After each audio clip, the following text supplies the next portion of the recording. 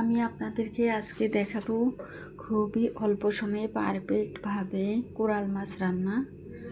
সঙ্গেই থাকবেন, ইনশাল্লাহ আশা করি ভালো লাগবে। তো এই তো দেখুন মাশাল্লাহ কতটা সুন্দর আর লোভনীয় হয়েছে। আসসালামু আলাইকুম এভরিওয়ান, নাহার ফুডগুলোকে আপনাদেরকে স্বাগত। তো আমি এখানে রসুন, পেঁয়াজ, একটু আদা বাটা আর জিরে বাটা দিয়ে মশলাটাকে ভালো করে একটু কষিয়ে নিয়ে এখন আবার একটু পানি দিয়েছি, দিয়ে ভালো করে এখন একটু কষিয়ে নেব। এই তো উপর দিয়ে তেল উঠে গেছে, এখন বুঝতে হবে যে মশলাটা কষানো হয়ে গেছে।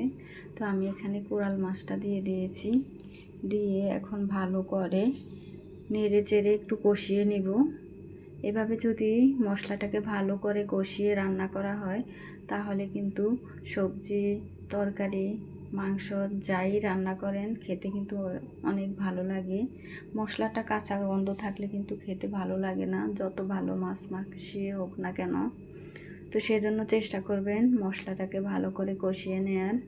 তো এই তো আমার কিন্তু এখন কষানো হয়ে গেছে, আমি পরিমাণ মতো একটু পানি দিয়ে দিব, দিয়ে আবার ভালো করে একটু কষিয়ে নেব।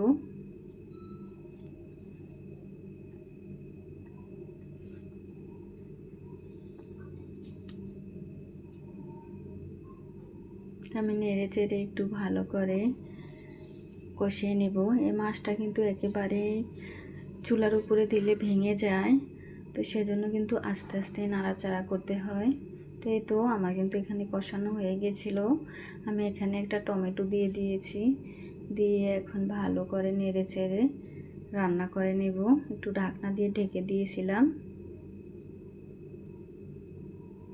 তো আমি এখানে পরিমাণ মতো আর একটু পানি দিয়েছি।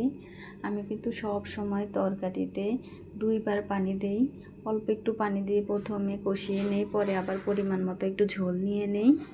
এভাবে রান্না করলে কিন্তু খেতে অনেক ভালো লাগে, একসাথে ঝোলটা দিলে কিন্তু অত ভালো লাগে না। তো আমি এখানে উপর দিয়ে একটু ধনিয়া পাতা দিয়েছি। ধনিয়া পাতাটা দিলে কিন্তু ঘ্রাণ স্বাদ কিন্তু অনেক বেড়ে যায়।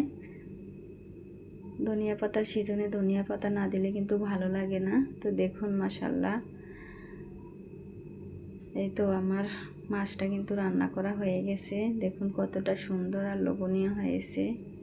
ইনশাল্লাহ খেতেও কিন্তু অনেক ভালো লাগবে। তো আপনারা চাইলে এভাবে একবার হলেও ট্রাই করবেন, আশা করি অনেক ভালো লাগবে। সবাই ভালো থাকবেন, সুস্থ থাকবেন। আবার দেখা হবে নতুন অন্য কোনো ভিডিওতে। আল্লাহ হাফিজ, আসসালামু আলাইকুম।